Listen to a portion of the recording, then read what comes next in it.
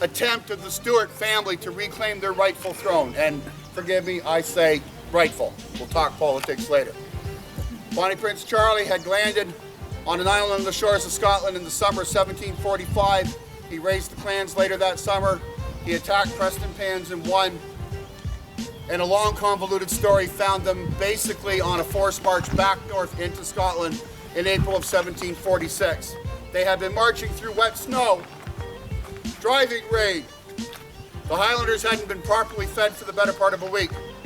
Even the prince was suffering privation. Word came to the Jacobite leadership, that's the good guys today, okay? Please, this is not a Scots and English thing. There was Scots fighting on both sides. There was English fighting on both sides. It was about politics and religion and greed.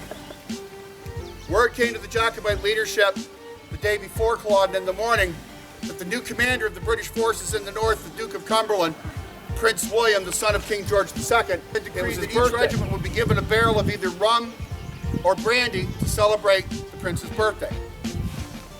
Lord George Murray thought this is perfect. In the same way that we snuck through the night to take the battle at Prestonpans, we'll sneak a march on the English, we'll march through the dark, we'll attack them at dawn, we'll win the day. Bad guides, bad roads, bad communication, bad arrogant men, not caring about the lives of their soldiers, marched until about an hour before dawn and then realized that the 9.5 miles they had to march, they had barely covered 3 miles of the route because they'd basically been marching in circles. The decision was made to head back to Culloden. Within an hour of getting back to the moor, with about a third of the men out hunting for food and firewood, and the rest trying to sleep after marching in the rain all night, word came that the English were on the way. I'm not going to describe the full details of the battle. Suffice to say that the English showed up in strength, well-fed, well-rested, with new troops and new cannon crews, and our army was exhausted, underfed, and poorly equipped. The Scottish line, if it was here, the British line here was shorter, the Scots were stretched out further, and the great Highland charge that would normally take them to victory was blocked through a bog, some crumbled walls, and again, arrogant leadership. It was a horrendous defeat.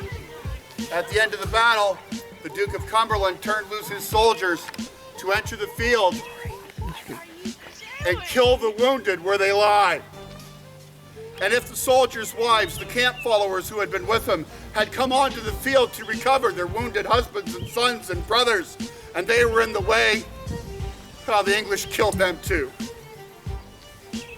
They pursued the families back to their own villages. They burned down houses simply because your cousin stopped for a cup of water on the way home. That was enough for the government troops to burn your house and your barn, kill your cattle, beat your children. And it went on.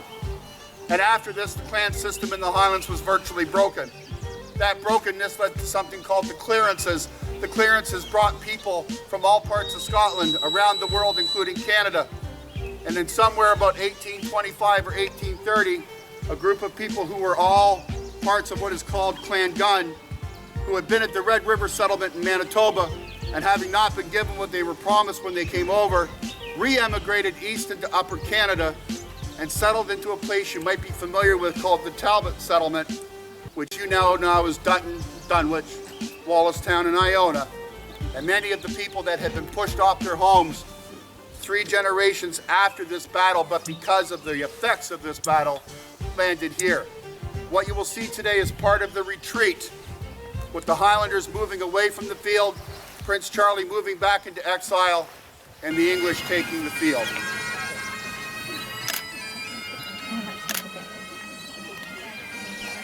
Leading his troops in the long brown coat and the tricorn hat, Prince Charles Edward Stuart with his banner.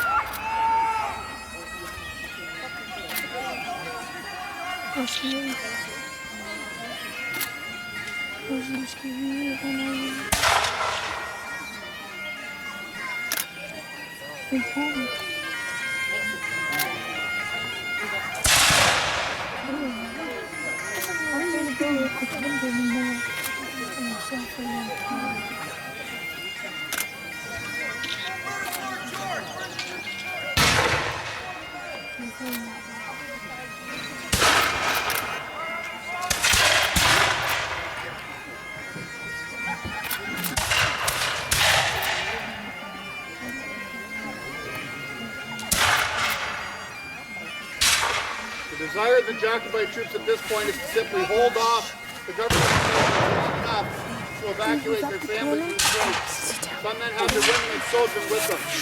They want to move them away to safety and to evacuate the prisoners controllably. But Cumberland, as I said, has fresh troops, regulars, not militia or volunteers.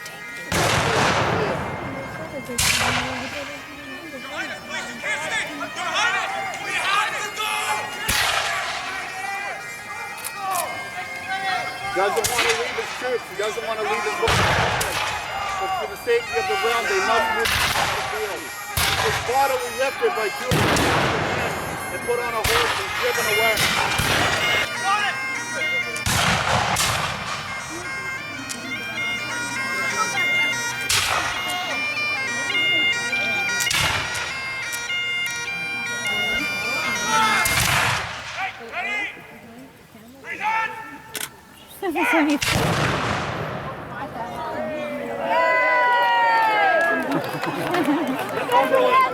Loosed his soldiers onto the field and told them that none would leave. All the wounded were to be put to the sword or the gun. He ordered a young officer to kill a wounded Highlander at his feet. The officer refused. A young private was ordered to take his place and shoot the wounded man.